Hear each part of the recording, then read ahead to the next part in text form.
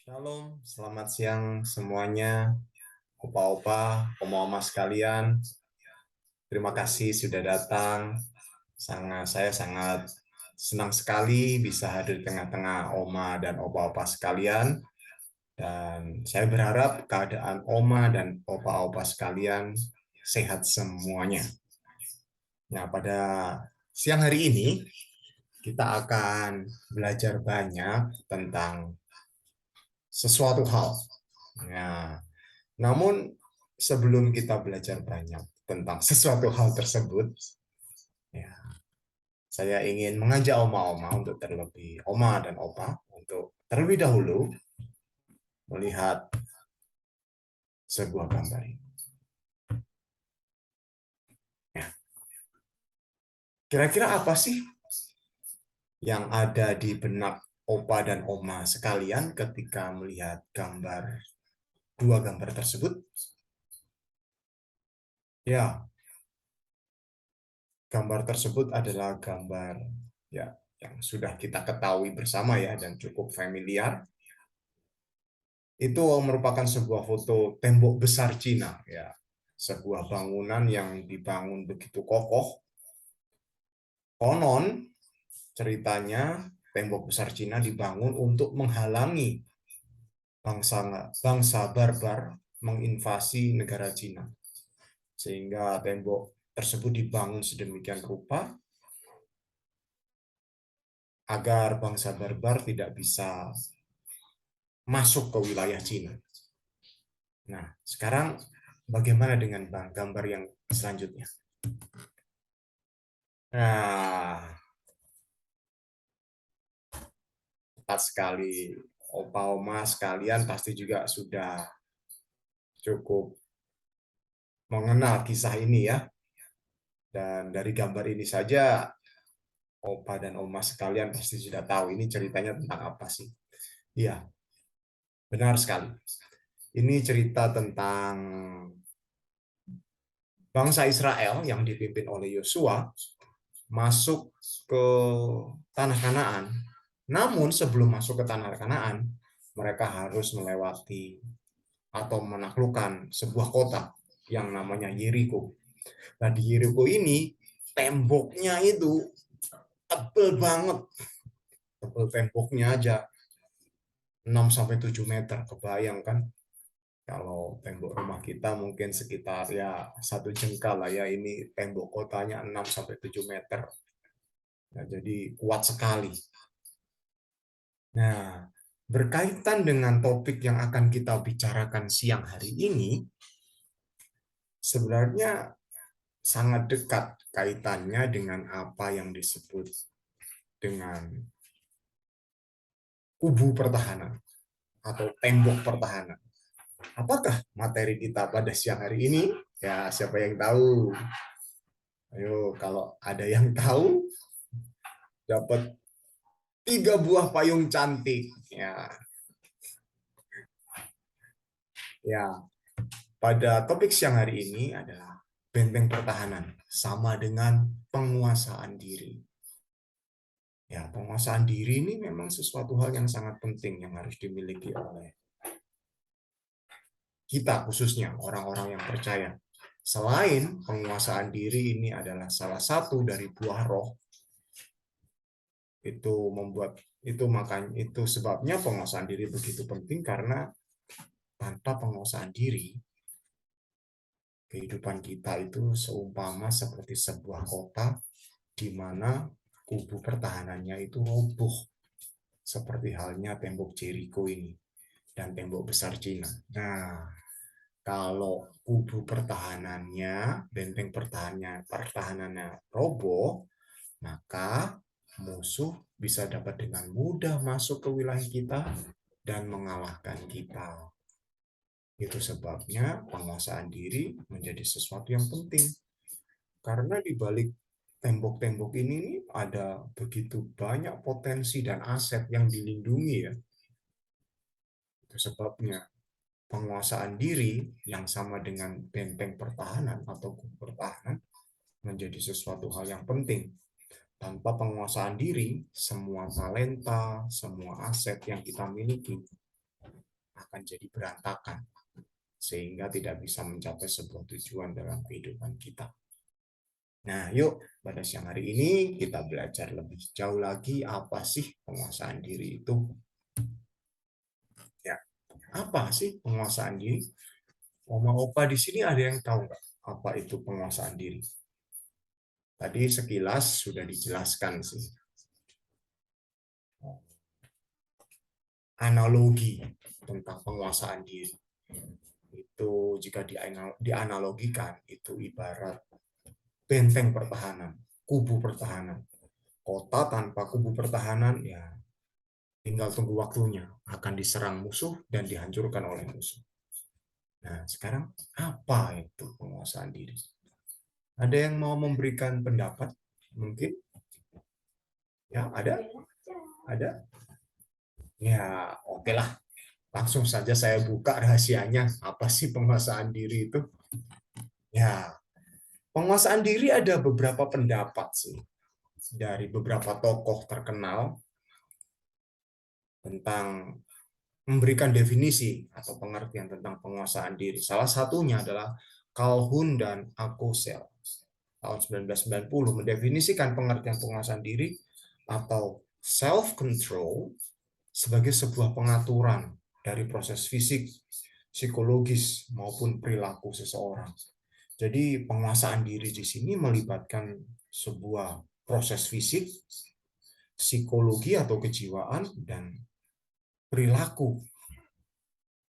Jadi nggak hanya sesuatu yang material atau yang berwujud, tapi sesuatu yang nggak berwujud pun, yaitu psikologis juga perlu kita kuasai.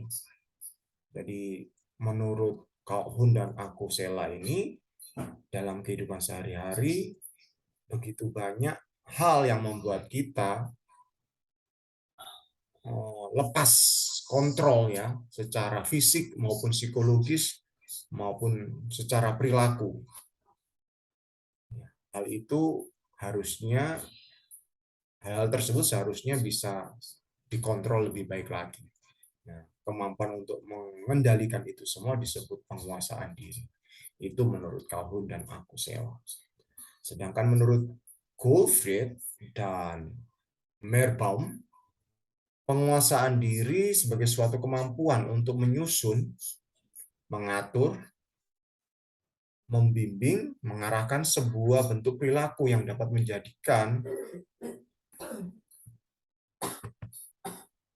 menjadikan individu berjalan ke arah yang positif. Oh, jadi ditambahi tujuannya nih kalau yang Goldfried dan Meerbaum.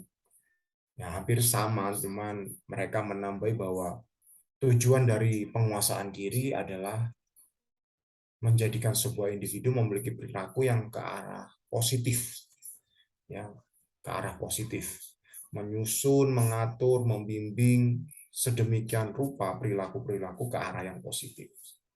Kurang lebihnya seperti itu. Sedangkan dalam Chaplin 2006, penguasaan diri merupakan sebuah kemampuan yang digunakan untuk membimbing tingkah laku diri sendiri, serta kemampuan yang digunakan untuk menekan, menghalangi timbulnya tingkah laku yang impulsif secara tiba-tiba. Nah, kalau dari Chaplin sendiri sebenarnya juga hampir sama sih.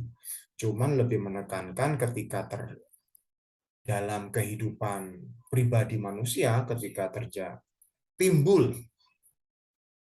impuls-impuls atau stimulus-stimulus, ya kan, yang membuat seseorang berpotensi hilang kendali. Nah, kemampuan penguasaan diri ini yang penting, yang membuat orang tetap mengatur pola perilakunya sehingga tidak melakukan sebuah respon yang menuju ke arah negatif atau impulsif secara tiba-tiba.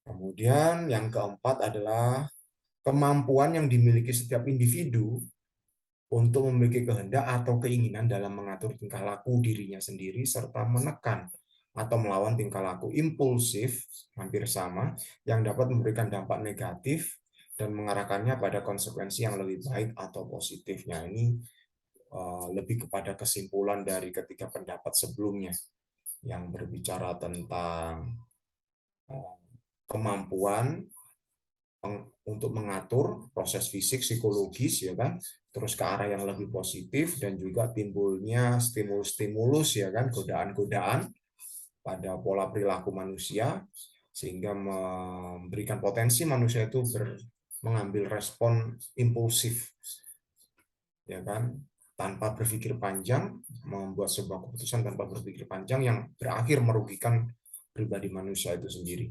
Nah, kemampuan ini dirasa sangat penting dimiliki oleh manusia dalam mencapai sebuah tujuan. Bahkan dalam proses evolusi, penguasaan diri memegang sebuah peranan yang sangat penting. Oke, itu tadi tentang apa itu penguasaan diri menurut beberapa ahli. Kita akan maju ke slide selanjutnya agar kita lebih memahami lagi apa itu penguasaan diri. Nah, ada beberapa aspek memang dalam penguasaan diri. Menurut Baumister tahun 2022 dalam Ganda Wijaya 2017 mengatakan paling tidak terdapat 3 aspek utama dalam penguasaan diri untuk mengendalikan perilaku seseorang. Jadi dalam penguasaan diri itu tersusun dari 3 aspek bagaimana penguasaan diri itu bisa terbentuk. Aspek yang pertama itu adalah, apakah aspek yang pertama? Ada yang tahu?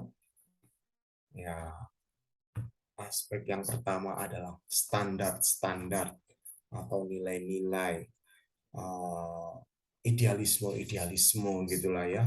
Ya, nilai-nilai kehidupan gitu kan. Terus yang kedua, ya, pengawasan. Setiap manusia pasti sudah memiliki nilai-nilai, dan bagaimana nilai-nilai itu diterapkan itu juga butuh pengawasan. Terus yang ketiga adalah kapasitas untuk berubah. Kemauan dan ruang untuk berubah itu juga penting dimiliki kalau ingin memiliki penguasaan diri. Karena jika salah satu dari 3 aspek itu hilang, maka akan berakibat pada berkurangnya penguasaan diri. Jadi dapat disimpulkan bahwa ketiga aspek tersebut membentuk kemampuan seseorang untuk melakukan penguasaan diri.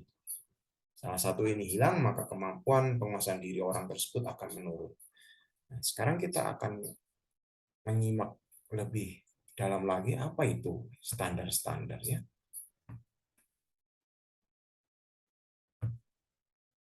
Ya, standar-standar itu mengacu pada adanya tujuan, persepsi-persepsi ideal, norma-norma yang ada, dan pedoman lainnya yang akan menentukan secara spesifik respon perilaku yang diinginkan.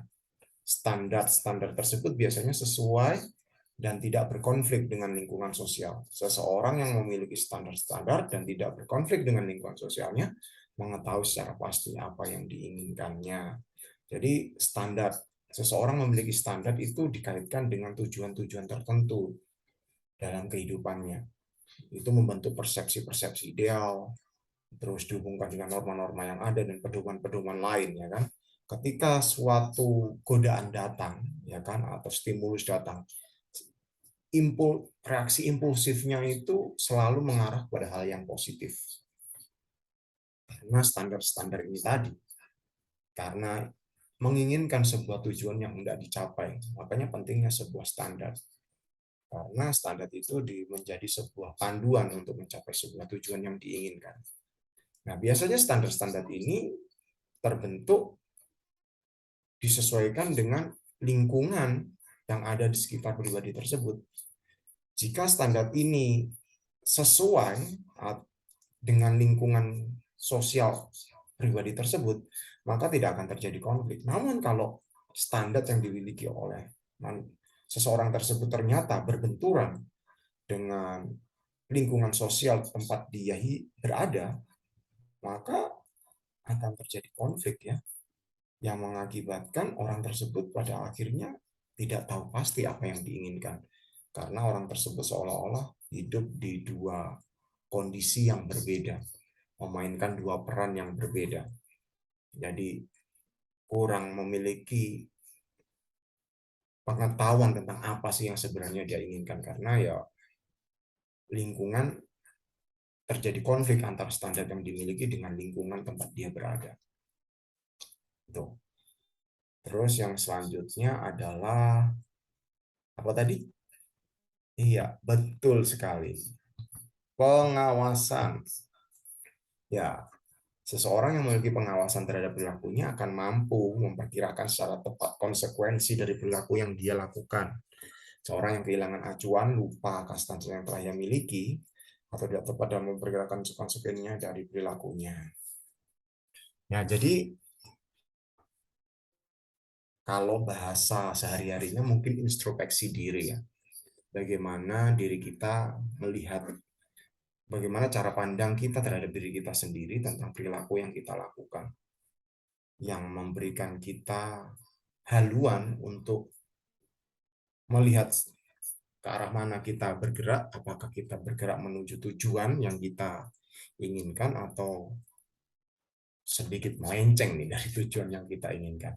Itu sebabnya pengawasan terhadap standar-standar dan nilai-nilai norma-norma yang kita dan persepsi-persepsi ideal yang kita miliki perlu diawasi dalam implementasinya, ya kan?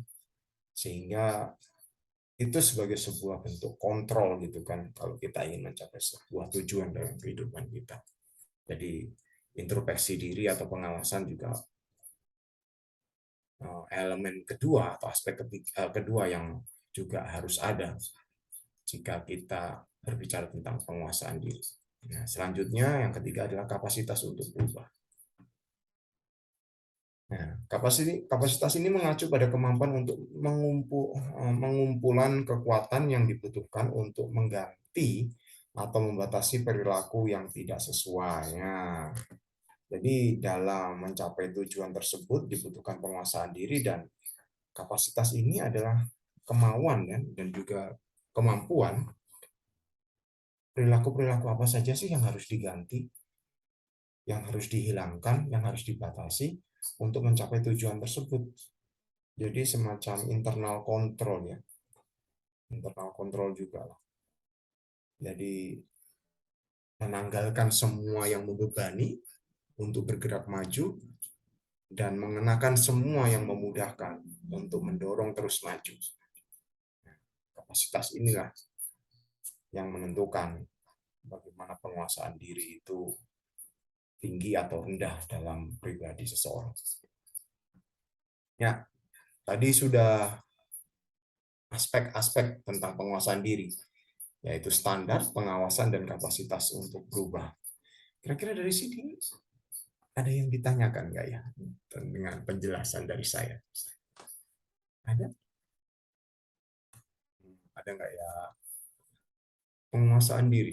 Hmm.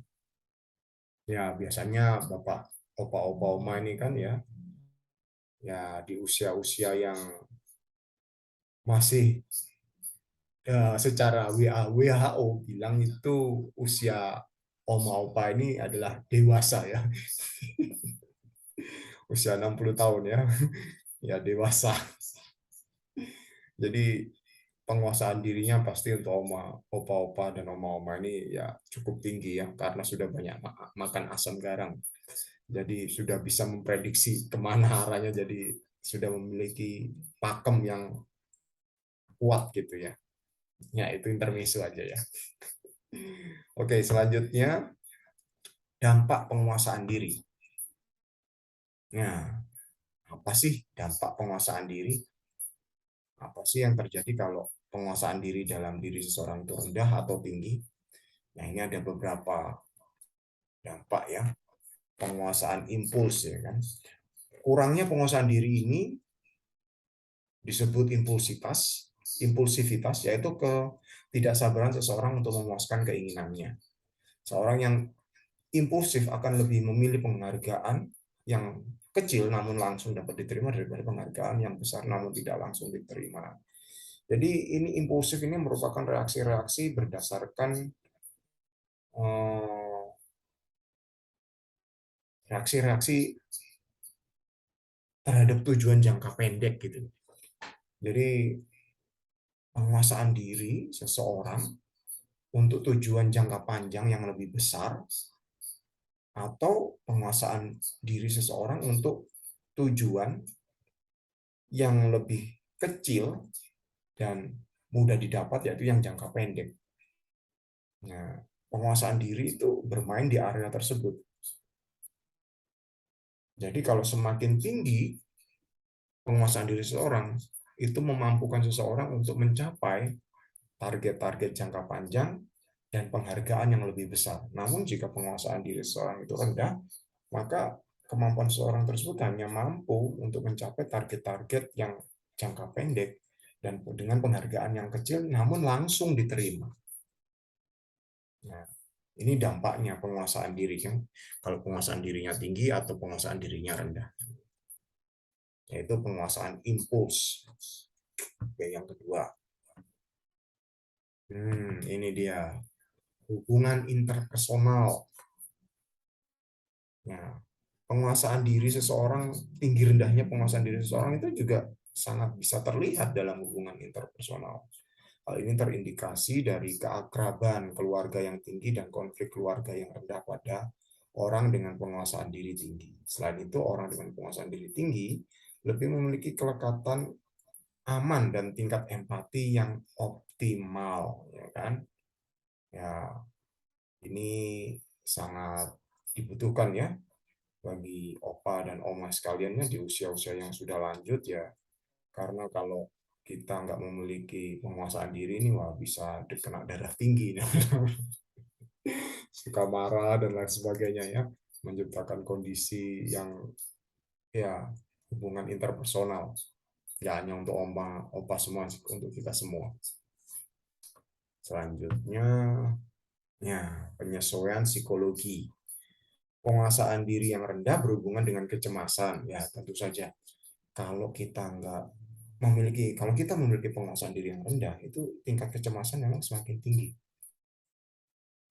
Cepat terpicu oleh permusuhan, kemarahan, ketakutan. Jadi memiliki pikiran paranoid. Ya. Jadi psikologinya jadi sangat rentan terhadap hal-hal yang negatif, emosi-emosi yang negatif. Penguasaan diri juga berhubungan dengan penghargaan diri dan kemampuan untuk mempertahankan harga diri. Jadi ketika kita memiliki penguasaan diri, itu sangat berhubungan dengan penghargaan terhadap diri kita. Semakin tinggi kita memiliki penguasaan diri, semakin tinggi juga penghargaan terhadap diri kita. Selanjutnya adalah peningkatan performansi. Ya, ini kan kinerja kalau di istilah yang sekarang sedang booming ya, kinerja, remunerasi ya itu untuk pegawai negeri. Hal itu terjadi karena penguasaan diri membuat seseorang memiliki kedisiplinan diri dan menghindari prokrastinasi atau penundaan. Jadi kalau memiliki penguasaan diri yang tinggi, orang jadi nggak menunda-nunda pekerjaan, disiplin tepat waktu, sehingga produktivitasnya semakin meningkat gitu kan. Disiplinnya tinggi, produktivitasnya meningkat, jadi performansnya itu pasti baik gitu kan. Ya, selanjutnya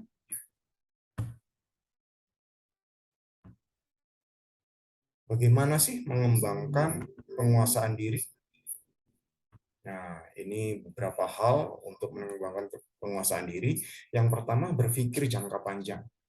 Apa konsekuensi jangka pendeknya, konsekuensi jangka panjangnya dari suatu tindakan? Demikian pertanyaan ini bisa diajukan kepada diri sendiri sebelum melakukan keputusan besar atau menyerah kepada sebuah tawaran atau godaan.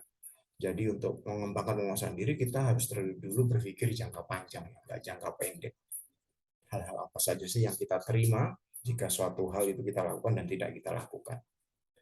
Yang selanjutnya adalah kurangi stres. Riset membuktikan bahwa stres dapat mensabotase pengendalian diri atau penguasaan diri, ya kan? Kayak kadang-kadang kalau kita stres, kita itu nuntut pengen healing, kalau anak sekarang healing dan lain sebagainya, dan kadang-kadang itu menjadi sebuah godaan yang membuat kita kebablasan gitu kan.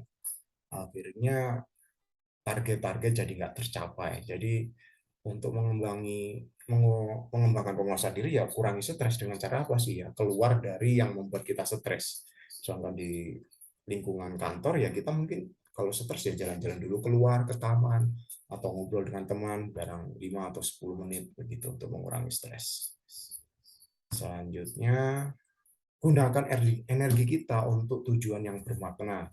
Kadang-kala godaan membuat kita mengalihkan energi yang seharusnya bisa digunakan untuk hal-hal produktif, menjadi digunakan untuk hal-hal yang sebenarnya tidak penting sama sekali. Ya, jangan kalah dengan godaan, tetap fokus pada tujuan dan gunakan energi kita untuk tujuan yang lebih bermakna, melakukan hal yang penting.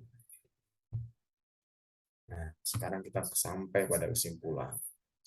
Jadi apa sih itu pengendalian, penguasaan diri? Self control, pengendalian diri atau penguasaan diri itu berkaitan dengan bagaimana mengelola perilaku, ya kan, emosi dalam menghadapi godaan. Intinya itu. Tidak diragukan lagi pengendalian diri atau penguasaan diri adalah salah satu prediktor, sesuatu yang bisa memprediksi dari kesuksesan manusia pada era modern. Ya, betul. Berpikir jangka panjang, mengarahkan energi untuk hal yang bermakna, dan mengurangi stres merupakan 3 cara yang bisa kita manfaatkan untuk mengembangkan pengendalian diri kita. Jadi pengendalian diri sangat penting, ya. Itu sebabnya saya gambarkan pengendalian diri seperti sebuah tembok kota atau benteng pertahanan. Tanpa pengendalian diri, potensi dan aset yang ada di dalam tembok atau kubu pertahanan tersebut menjadi sia-sia dan tujuan tidak tercapai. Nah, demikian saya pikir topik yang bisa saya bagikan kepada Opa dan Oma sekalian tentang apa itu pengendalian diri, penguasaan diri. Semoga topik ini bisa bermanfaat bagi kita semua dan kita menjadi pribadi-pribadi yang bisa mencapai tujuan dalam kehidupan kita. Terima kasih. Selamat siang. Tuhan memberkati.